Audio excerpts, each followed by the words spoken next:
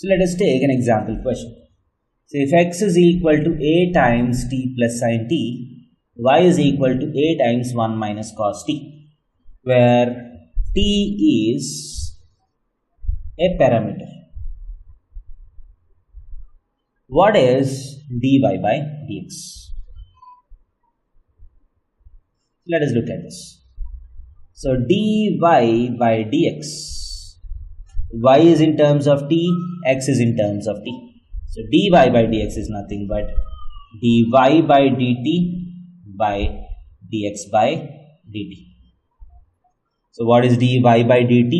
It is a times 1 minus cos t, 1's differentiation is 0, minus cos t's differentiation is sin t.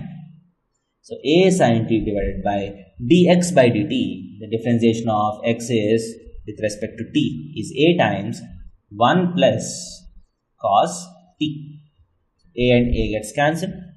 So if you want to simplify it further, you can do it. Sin t can be written as 2 sin t by 2 cos t by 2 divided by 1 plus cos t is 2 cos square t by 2. 2 and 2 gets cancelled. These two gets cancelled. So sin t by 2 by cos t by 2 is tan t by 2. So this is the expression for dy by dx.